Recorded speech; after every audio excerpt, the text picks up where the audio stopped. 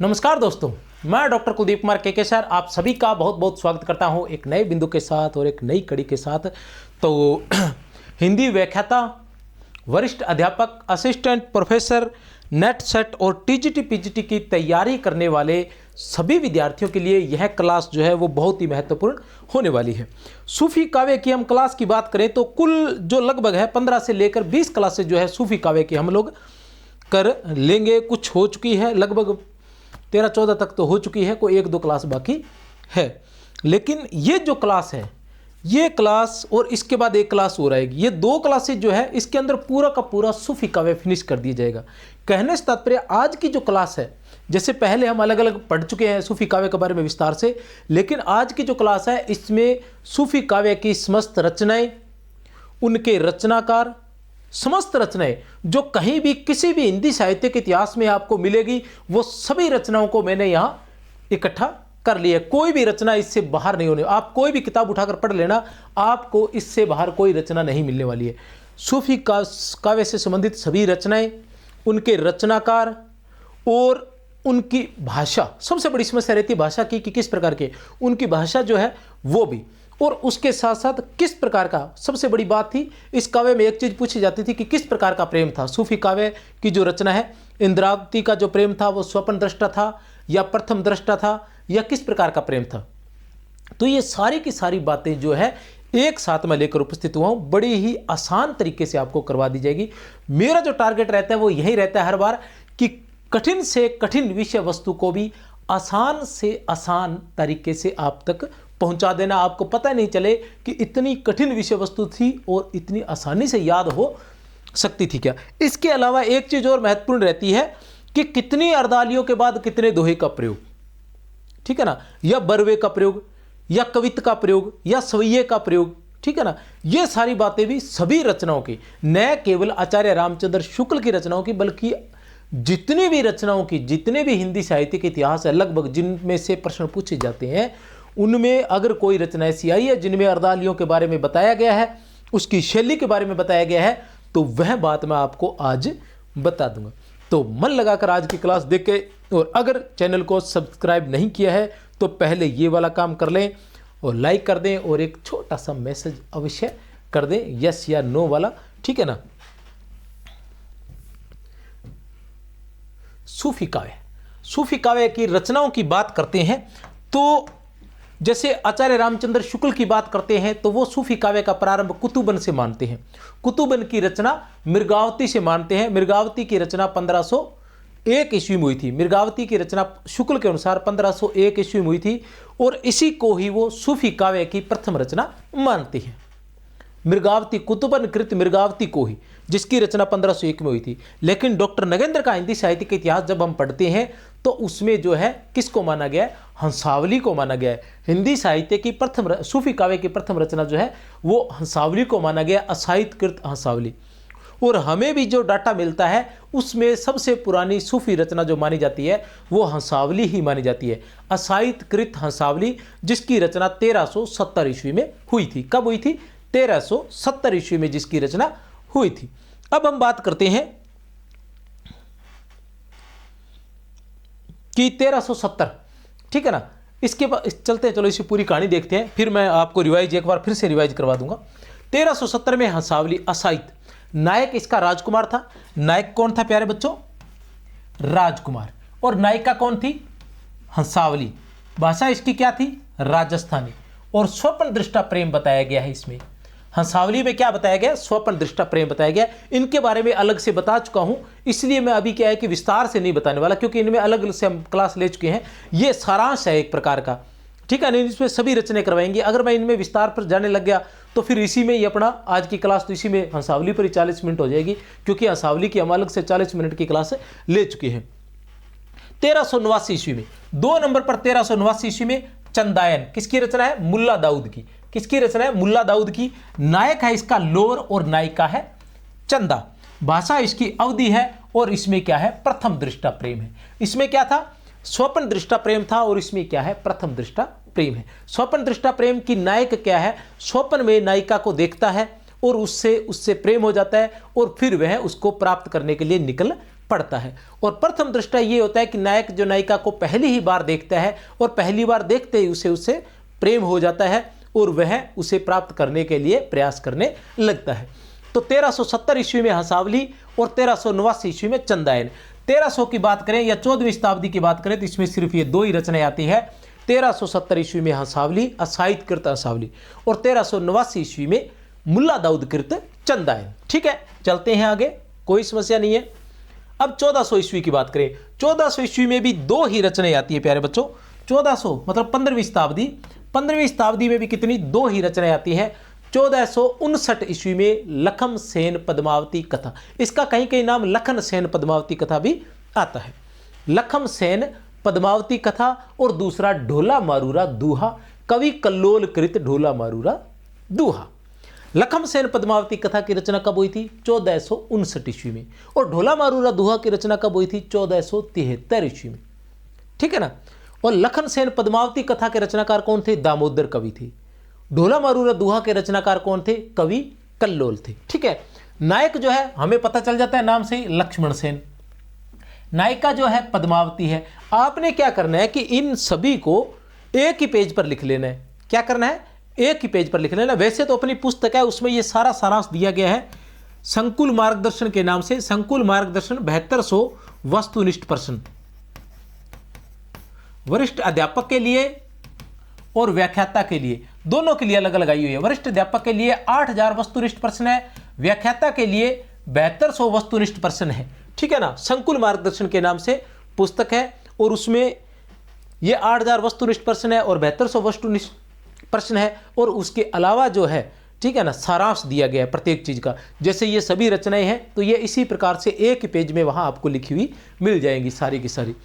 ठीक है। और हाँ, आपने क्या करना है कि अगर आपके पास वो पुस्तक नहीं है तो आप इन सभी रचनाओं को, आज जो मैं करवाने वाला हूं वो सभी रचनाएं जो है इसी तरीके से आप लिखोगे तो 1 या 2 पेज पर आप लिख सकते हो। तो वो 1 या 2 पेज पर आप लिख लेना और लिख कर फिर क्या करना कि फिर उसमें से उनको अलग लिख लेना साइड में। जैसे ये जगह खाली है, आप इधर से लिखोगे तो आपके आगे वाली जगह खाली बच जाएगी, न बचे तो लास्ट में उनको लिख लेना जो अलग है। जैसे मुल्ला दाऊद की चंदायन है। अब चंदायन में नायिका तो हमें पता चल गई चंदायन है, लेकिन नायक कौन है? नायक कौन है? लोर है। तो वो चीजें अलग लिख लेना जो अलग है। जैसे अब यह आ गया लखन सेन पद्मावती कथा, तो इसमें हमें पता है कि नायक कौन है? लक्ष्मण सिंह है और नायिका कौन है? पद्मावती। तो इसको याद करने की ज्यादा जरूरत नहीं है। ठीक है ना। तो इस प्रकार जिनमें अलग है वो थोड़ा सा आप ध्यान लगा लेना। जैसे चित्रावली है, ठीक है, नायिका कौन है? चित्रावली है। नायक कौन है? सुजान है। तो ये चीजें आपको ध्यान रखना है। चित्रावली का सुजान नहीं है, सॉरी, मनोहर है। ठीक है ना। ढोला मारूरा दूहा, अब मधुमालती जो है उसका सुजान है। ठीक है। नायक ढोला है, नायिका क्या है? मरवणी है, मारू। और भाषा कौन सी है? राजस्थानी है। ध्यान रख लेना। ठीक है। पहली राजस्थानी है हंसावली। हंसावली की भाषा कौन सी है? राजस्थानी है। उसके बाद चंदायन आती है। चंदायन की भाषा कौन सी है? अवधी है। ठीक है ना। और उसके बाद कौन सी आती है? लखम सेन पद्मावती कथा, राजस्थानी। ढोला मारूरा दूहा, राजस्थानी। याद रख लेना, कोई समस्या नहीं है, अच्छे से याद हो जाएगा। 1503 ईस्वी मृगावती कुतुबन। 1503 ईस्वी मृगावती कुतुबन। नायक इसका राजकुमार है। याद रख लेना, नायक कौन है? राजकुमार। और ये इसलिए कह रहा हूं कि एक पेज पर या 2 पेज पर आप ये रचने और रचनाकार लिख लोगे तो अगर इजी प्रश्न आता है। बहुत बार ऐसा होता है कि हम सब कुछ पढ़ चुके होते हैं लेकिन वहां अचानक पूछ लिया जाता है। जैसे मुझे अब पूछो तो मुझे बहुत कुछ ध्यान है, ठीक है ना, लेकिन अचानक से नायक की बात आई तो कहीं ना कहीं थोड़ा फेरबदल हो गया। तो वहां जाके अचानक एक आसान सी बात पूछी जाती है कि मधुमालती का नायक कौन था, या संगत असंगत। ठीक है ना, कि मधुमालती में 5-5, मधुमालती का जो लेखक है वो मंजन है। मधुमालती में 5-5 अर्दालियों पर एक दोहे का प्रयोग किया गया है। ठीक है ना। मधुमालती की रचना जो है वो 1545 ईस्वी में हुई थी। मधुमालती का नायक जो है वो सुजान है। ये लो जी। अब वो सुजान वाला याद नहीं है तो गड़बड़ हो जाएगा कि कौन सा सही है कौन सा गलत है। तो इसलिए छोटी छोटी बातें होती है जो आसान होती है उनको आप आसानी से, ये सारी बातें संगत असंगत इन्हीं में से आ सकती हैं। तो ये जो चीज है बेसिक नॉलेज है वो आपको जरूर होना चाहिए। नायिका मृगावती, भाषा इसकी क्या है? अवधि है। और प्रेम जो है प्रथम दृष्टा प्रेम है। 1527 ईस्वी में माधवानल कामकंदला गणपति, माधवानल कामकंदला गणपति, नायक इसका माधव है और नायिका कामकंदला है। भाषा इसकी राजस्थानी है और कामदेव स्तुति, कामदेव की स्तुति इसमें की गई है। सरस विलास कामरस भाव, सरस विलास कामरस भाव से इसकी रचना की गई है। माधवानल कामकंदला के नाम से कितनी रचनाएं हैं? कुल 4 रचनाएं हैं। माधवानल कामकंदला के नाम से कुल कितनी रचनाएं हैं? 4 रचनाएं हैं। पहली रचना कब लिखी गई थी? 1527 ईस्वी में, ठीक है ना। इसके रचनाकार कौन है? गणपति है। कौन है इसके रचनाकार? गणपति है। और भाषा इसकी कौन सी है? राजस्थानी है, ठीक है ना। दूसरा 1556 ईस्वी में, ठीक है ना। इसके रचनाकार कौन है? कुशल लाभ। इसकी भाषा कौन सी है? राजस्थानी है। इसके बाद आता है 1584। 1584 में के रचनाकार कौन है? आलम है। इसकी भाषा कौन सी है? अवधी है। और फिर आता है 1752 ईस्वी। 1752 ईस्वी के रचनाकार कौन है? बोधा। भाषा इसकी कौन सी है? ब्रज है। तो ये 4 जो है, ये 4 जो माधवानल कामकंदला नाम से रचनाएं लिखी गई है। माधवानल कामकंदला नाम से हमें जो सूफी काव्य है उसमें हमें 4 रचनाएं मिलती हैं। और भी हो सकती है, लेकिन ये 4 रचनाएं मेरी ध्यान में आई है तो मैं इन 4 रचनाओं के बारे में आपको बता दूं ताकि आप कंफ्यूज ना हो। कि 1527 ईस्वी में गणपति ने माधवानल कामकंदला लिखी थी जिसकी भाषा राजस्थानी थी। 1556 में कुशल लाभ ने माधवानल कामकंदला लिखी थी जिसकी भाषा राजस्थानी थी। 1584 में आलम ने माधवानल कामकंदला लिखी थी जिसकी भाषा अवधी थी। 1752 में बोधा ने माधवानल कामकंदला लिखी थी जिसकी भाषा ब्रज थी। और उस माधवानल कामकंदला का दूसरा नाम वीरवारिश भी था। वीरवारिश भी था। चलते हैं आगे। उम्मीद करता हूं याद हो रहा होगा अच्छे से, कोई समस्या नहीं है। 1540 ईस्वी में पद्मावत जायसी, 1540 ईस्वी में पद्मावत जायसी। नायक इसके कौन थे? रतन सेन थे, ठीक है ना। नायिका कौन है? पद्मावती है। भाषा इसकी अवधी है। कोई समस्या नहीं है। बहुत ही महत्वपूर्ण जो है रचना है, इसके बारे में कम से कम 1-1.5 घंटे की क्लास हमारे चैनल पर पड़ी है जायसी के बारे में, ठीक है। फिर है 1545 ईस्वी में मधुमालती मंजन। 1545 ईस्वी में मधुमालती मंजन। नायक इसका मनोहर है।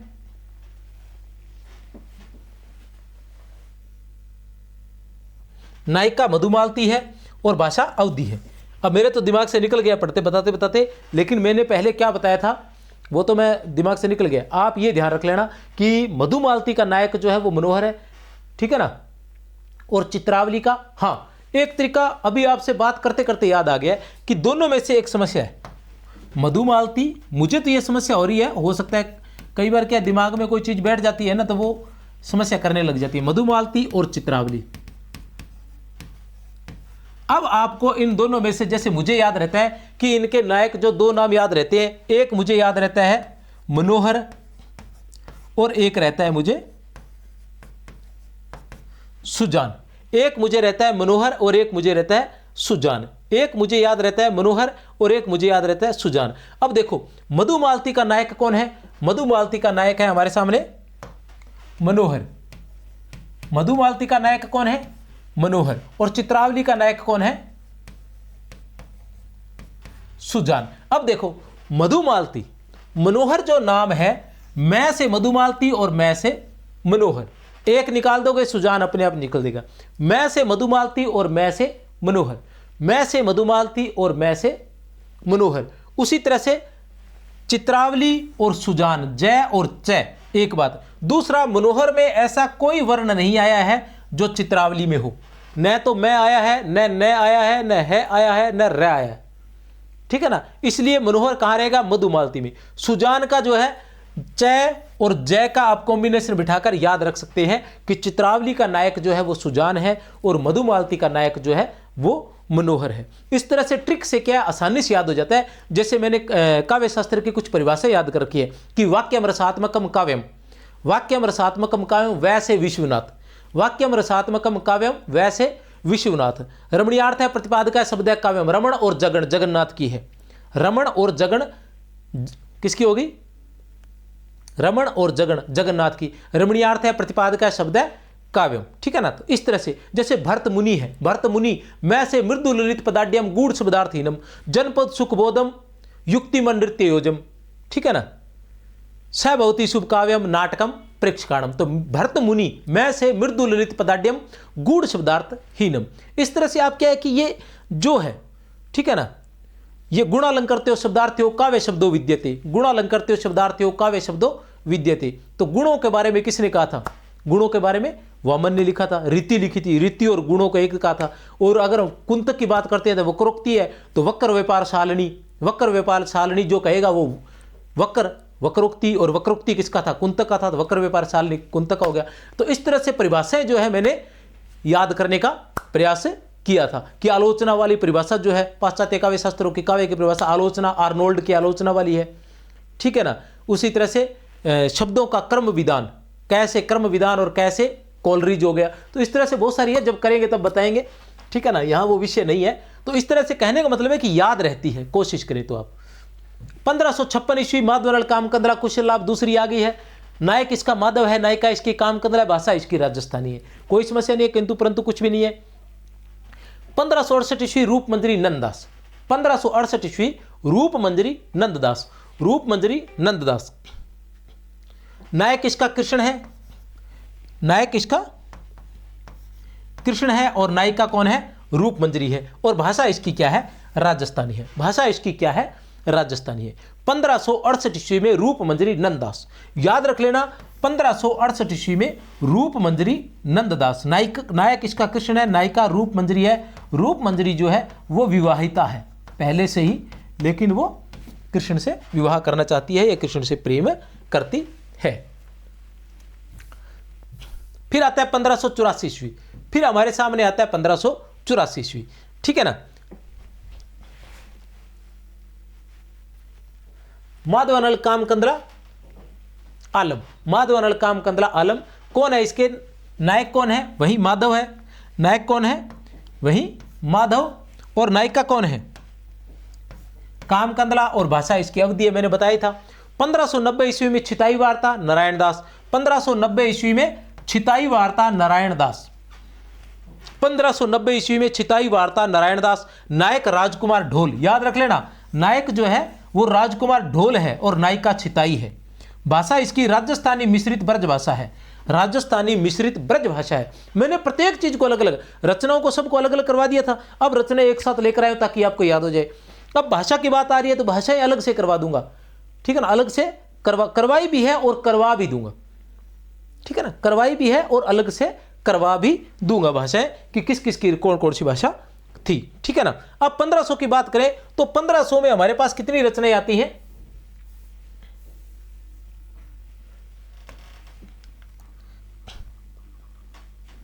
अब हम 1516वीं शताब्दी की बात करें तो हमने देखा कि कुल रचनाएं जो है वो कौन कौन सी थी, कैसे थी।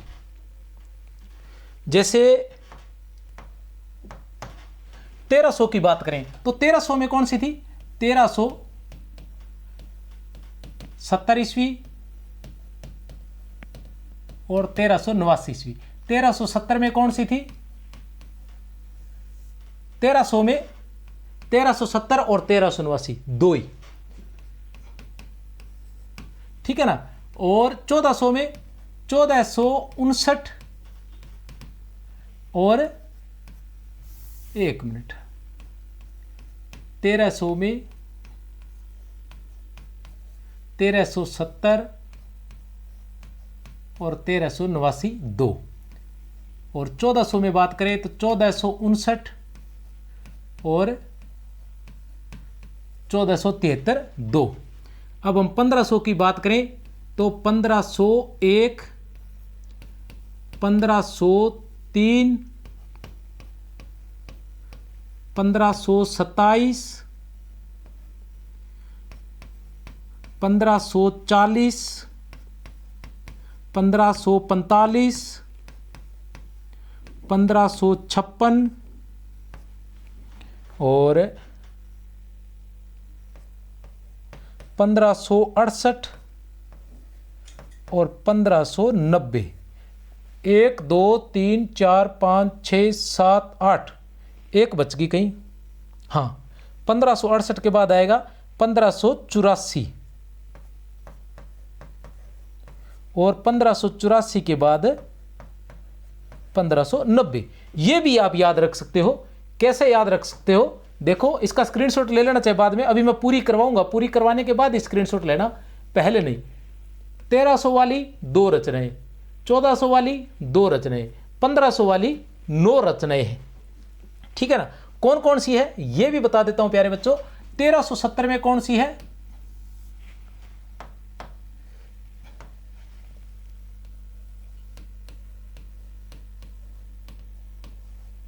हंसावली। 1389 में चंदायन। 1469 में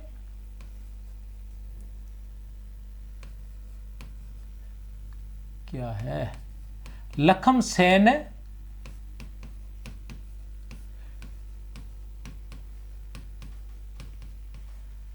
पद्मावती कथा। 1473 में ढोला मारू रा दूहा। 1501 में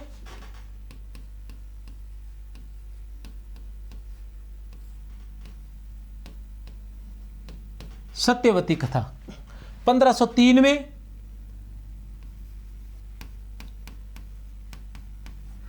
मृगावती।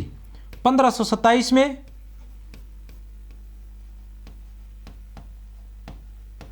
माधवानल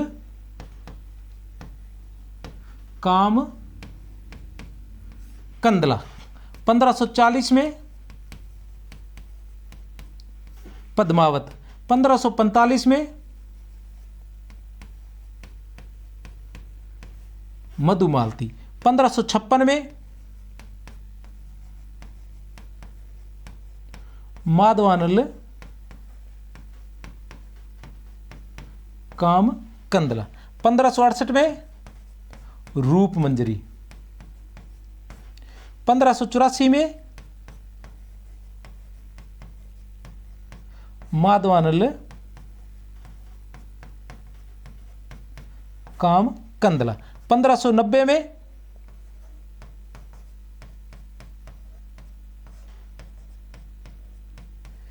छिताई वार्ता। ठीक है ना? थोड़ा सा और लिख देता हूं, आपको स्क्रीनशॉट लेने में आसानी रहेगी। असाइत, मुल्ला दाऊद, दामोदर कवि, कवि कल्लोल, ईश्वर दास, मृगावती कुतुबन, माधवनल काम कंदला गणपति, पद्मावत जयसी, मधुमालती मंजन, माधवनल काम कंदला 56 वाली कुशल लाभ, रूप मंजरी नंददास, माधवनल काम कंदला 84 वाली आलम, छिताई वार्ता नारायण दास। बस इतनी सी बात है, इतनी आसानी से याद हो सकती है ये। ठीक है ना? अभी स्क्रीनशॉट मत लेना, इसके बाद अभी और करवाएंगे, चिंता मत करें। 16 वाली और 1613 में चित्रावली उस्मान। 1613 में चित्रावली उस्मान की रचना है। नायक कौन है? नायक इसका सुजान है, और नायिका कौन है? चित्रावली है। भाषा इसकी अवधि है। भाषा क्या है? इसकी अवधि है। 1618 ईस्वी में रसरतन की पुहकर, रसरतन पुहकर की रसरतन। नायक इसका कौन है? सोम है, और नायिका रंबा है। भाषा इसकी अवधि है, और स्वप्न दृष्टा प्रेम है। और इसमें कौन सा है? चित्र दृष्टा प्रेम है। चित्र दृष्टा प्रेम है, क्योंकि जो क्या बोलते हैं,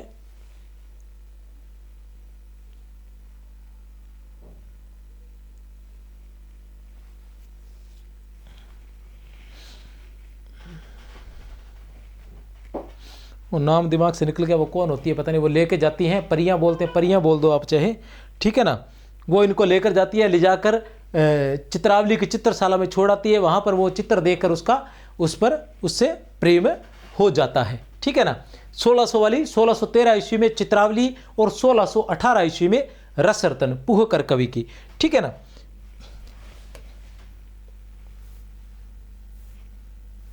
तो 19 ईस्वी में ज्ञानदीप 1619 ईस्वी में ज्ञानदीप के रचनाकार कौन थे, शेख नबी।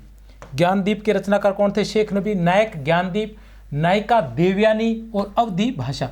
अब देखो ज्ञानदीप ये एकमात्र ऐसी रचना थी जो हम पढ़ते हैं, एकमात्र नहीं है, लगभग भी हम मान सकते हैं कि अलग रचना है, कोई एक आधी और भी आ सकती है। तो ज्ञानदीप जो है वो रचना ऐसी है कि जिसमें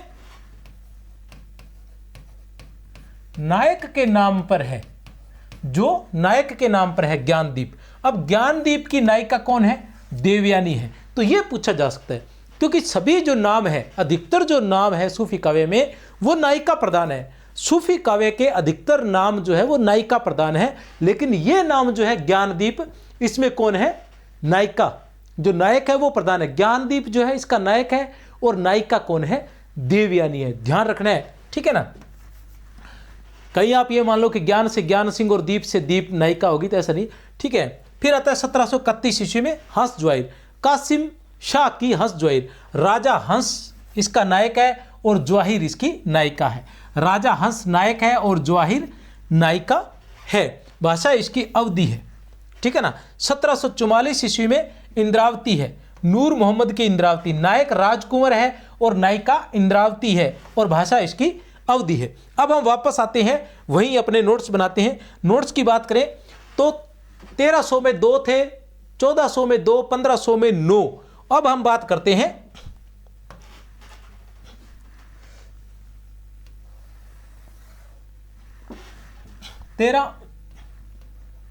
14 नंबर पर हमारे पास आ गया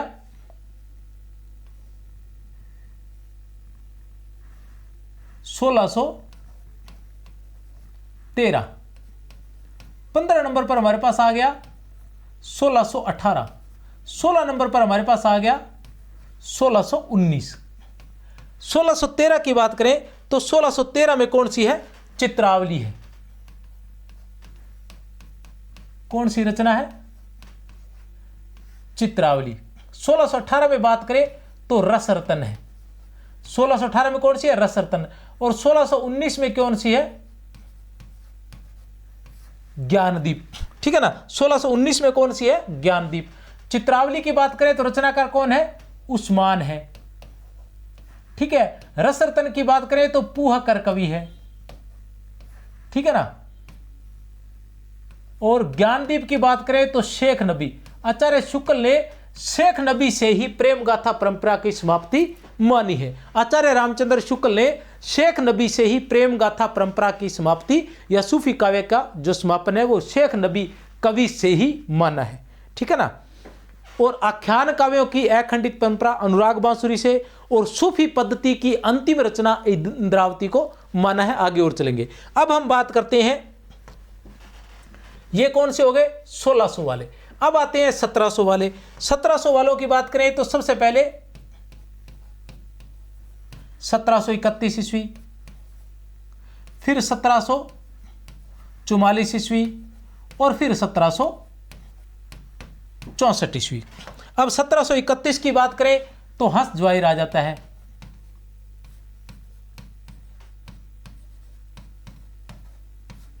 ठीक है ना। 1744 की बात करें तो इंद्रावती आ जाता है। 1764 की बात करें तो अनुराग बांसुरी आ जाता है।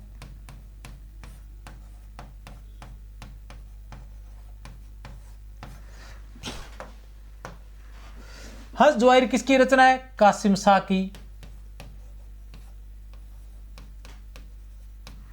इंद्रावती किसकी है, नूर मोहम्मद की। और अनुराग बांसुरी किसकी है, नूर मोहम्मद की। ठीक है ना। इंद्रावती, इंद्रावती ती ई सूफी पद्धति का अंतिम ग्रंथ या अंतिम रचना। आचार्य रामचंद्र शुक्ल के अनुसार सूफी पद्धति की अंतिम रचना इंद्रावती। और सूफी आख्यान काव्यों की अखंडित परंपरा का समापन। आचार्य रामचंद्र शुक्ल सूफी आख्यान काव्यों की अखंडित परंपरा का जो समापन है वो अनुराग बांसुरी से मानते हैं। किससे मानते हैं? अनुराग बांसुरी से। ये देख सकते हैं 1613, ये सारी रचनाएं। अब चाहे तो स्क्रीनशॉट आप ले सकते हैं। अब चलते हैं आगे। 1764 ईस्वी अनुराग बांसुरी, नूर मोहम्मद। भाषा इसकी फारसी थी और विषय तत्व ज्ञान संबंधी। फिर आता है 1906 ईस्वी में नूर जहां। 1906 ईस्वी में नूर जहां ख्वाजा अहमद, नूर जहां ख्वाजा अहमद। 1915 ईस्वी में भाषा प्रेम रस शेख रहीम। 1915 ईस्वी में भाषा प्रेम रस शेख रहीम। 1917 ईस्वी में प्रेम दर्पण नसीन। 1917 ईस्वी में प्रेम दर्पण नसीन। ये और वहां लिख देते हैं। इतने में अपनी पूरी जो कहानी है वो पूरी हो जाएगी। ठीक है ना। 20 नंबर पर आता है 1906 ईस्वी। एक मिनट, ये वाली रचनाएं 1915 ईस्वी और 1917 ईस्वी। ठीक है ना। 1906 में कौन सी है? नूर जहां। ठीक है ना। और 1915 में कौन सी है? 1915 में कौन सी है?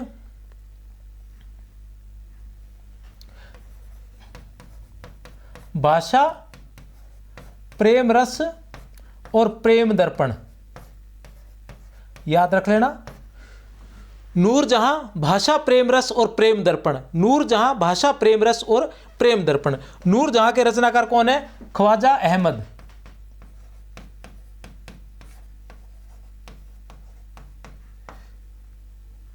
भाषा प्रेम रस के प्रेम दर्पण के नसीन। प्रेम दर्पण के नसीन और भाषा प्रेम रस के शेख रहीम। चाहे तो आप ये अपने पेज पर बना सकते हैं और चाहे तो इसका स्क्रीनशॉट ले सकते हैं। ठीक है, आपके सामने है।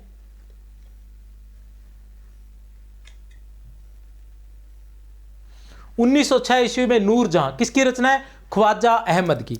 1906 ईस्वी नूर जहां किसकी रचना है? ख्वाजा अहमद की।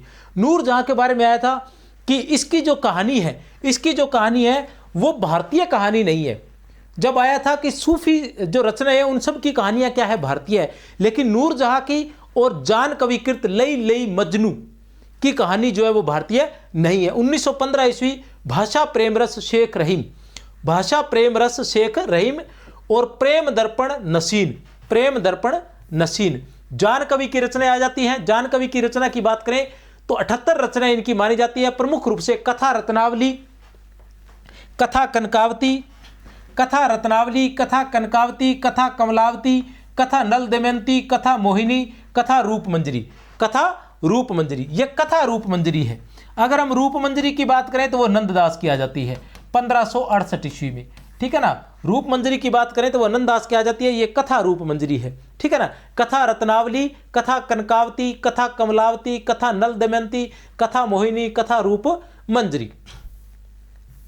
अन्य सूफी रचनाएं, अन्य सूफी रचनाओं की बात करें, बहुत महत्वपूर्ण है, अक्सर परीक्षाओं में पूछी जाती है, कोई समस्या नहीं है। बिना डरे, बिना किसी हिचकिचाहट के बड़े ही अच्छे से ट्रिक से याद करवा दूंगा। 1556 ईस्वी भाषा प्रेम विलास प्रेमलता की कथा। 1556 ईस्वी में प्रेम विलास प्रेमलता की कथा।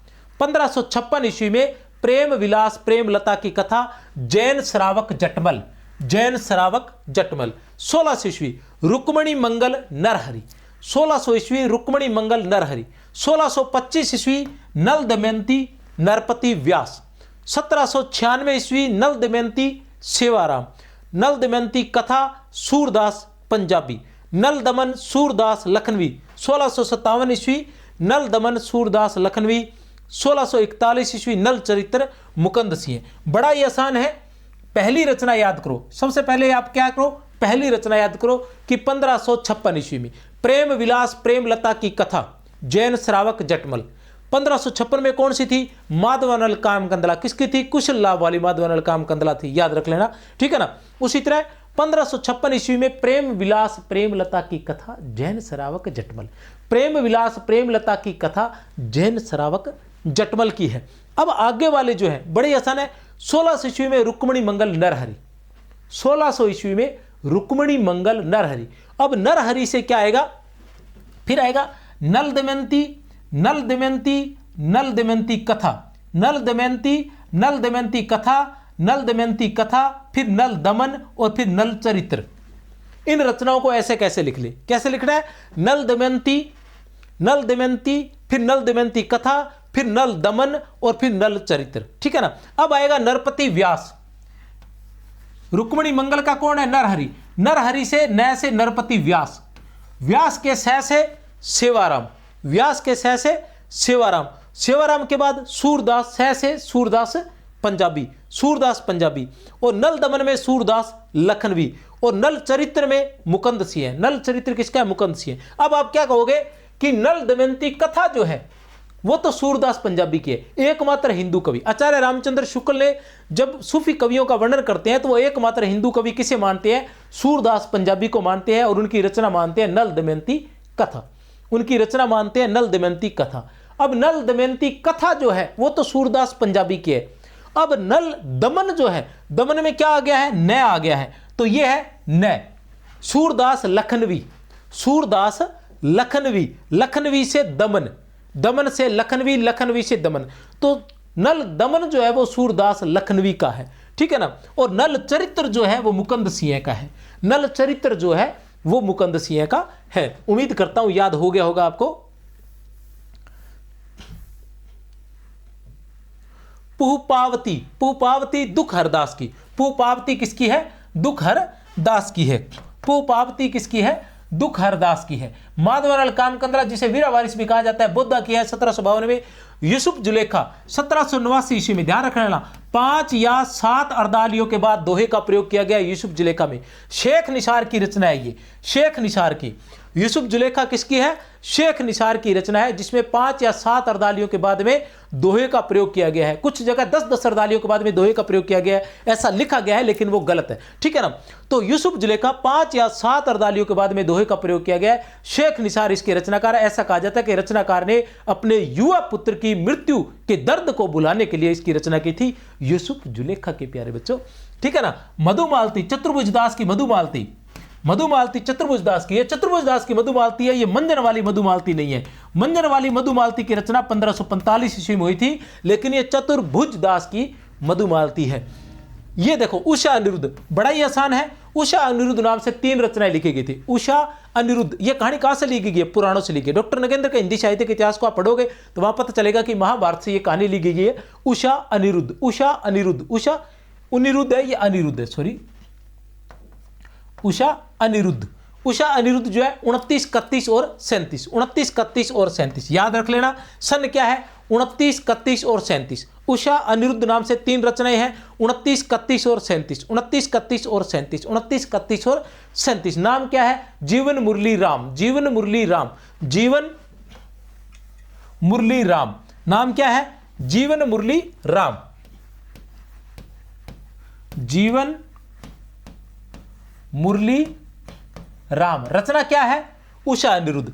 जीवन 29, 31 और 37। जो उषा अनिरुद्ध 1929 वाली है वो जीवन लाल की है, जीवन लाल नागर की है। जो 31 वाली है वो मुरलीदास की है, और जो 37 वाली है वो रामदास की। याद रख लेना, उषा अनिरुद्ध 29, 31 और 37। उषा अनिरुद्ध 29, 31 और 37। जीवन मुरली राम, जीवन मुरली राम, जीवन लाल नागर, मुरलीदास और रामदास। प्यारे बच्चे लाइक कर देना यार, पसंद आ जाए तो, ठीक है ना। इतना जोर लगा रहा हूं, ठीक है, नस नस खड़ी हो जाती है मेरी। गर्मी भी भयंकर है, अभी एसी चलाया नहीं है ना। 1780 ईस्वी मधुमालती चतुर्भुज दास, कोई समस्या नहीं है। 1800 प्रेम चिनगारी नजफ अली, प्रेम चिनगारी नजफ अली महत्वपूर्ण है। प्रेम चिनगारी भैया। रुक्मणी परिणय रघुराज सिंह, प्रेम प्यो निधि मृगेंद्र, प्रेम प्यो निधि मृगेंद्र।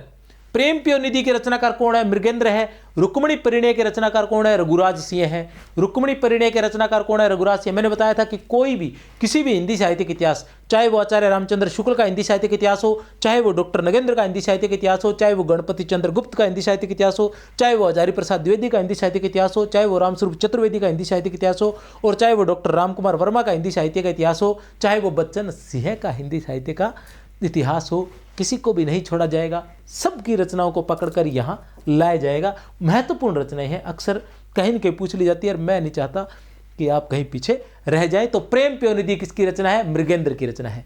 प्रेम प्योनिधि किसकी रचना है? प्यारे बच्चों, मृगेंद्र की रचना है। रुक्मिणी परिणय रघुराज सिंह की है। प्रेम चिनगारी जो नजफ अली की चिनगारी है, नजफ अली की प्रेम की चिनगारी किसकी है? नजफ अली की। ट्रिक की बात करें तो ये ट्रिक लिखी हुई है प्रेम विलास प्रेमलता की कथा, ये नरहरि से ये ट्रिक लिखी हुई है, कोई समस्या नहीं है, ठीक है ना। ये मैंने ट्रिक वैसे भी करवा दी है। उषा अनिरुद्ध, जीवन मुरली राम ये मैंने करवा दिया, ये ट्रिक लिखी हुई है। ये अलग से मधुमालती चतुर्भुज दास की है। प्रेम चिनगारी नजफ अली की है। रुक्मिणी परिणय रघुराज सिंह की है। प्रेम प्योनिधि मृगेंद्र की है। नजफ अली है, नजल अली नहीं है, नजफ अली है। ज्यादा समय बर्बाद नहीं करूंगा मैं आपका। कुछ विशेष विकतें कि नगेंद्र के अनुसार प्रथम प्रेमाख्यान रचना कौन सी है? हंसावली है। ये नगेंद्र के आवे तो नगेंद्र भी मान लेना। वैसे ये किसके अनुसार रहेगा? गणपति चंद्र गुप्त के अनुसार रहेगा। किसके अनुसार? गणपति चंद्र गुप्त के अनुसार रहेगा। गणपति चंद्र गुप्त के अनुसार। रामकुमार वर्मा के अनुसार प्रथम प्रेमाख्यान रचना कौन सी है? चंदायन है। किसकी है? मुल्ला दाऊद की है। कब हुई थी? 1389 ईस्वी में। और हंसावली असाहित की है। कब हुई थी? 1370 ईस्वी में। हजारी प्रसाद द्विवेदी के अनुसार प्रथम प्रेमाख्यान रचना कौन सी है? सत्यवती कथा है। कब हुई थी रचना? 1501 ईस्वी में। कब हुई थी इसकी रचना? 1501 ईस्वी में, ठीक है ना। शुक्ल के अनुसार शेख नबी से प्रेम गाथा परंपरा समाप्त समझनी चाहिए, कोई समस्या नहीं है। जान कवि ने सर्वाधिक प्रेमाख्यान रचनाएं 29 लिखी थी। कुल रचनाएं इनकी कितनी मानी जाती है?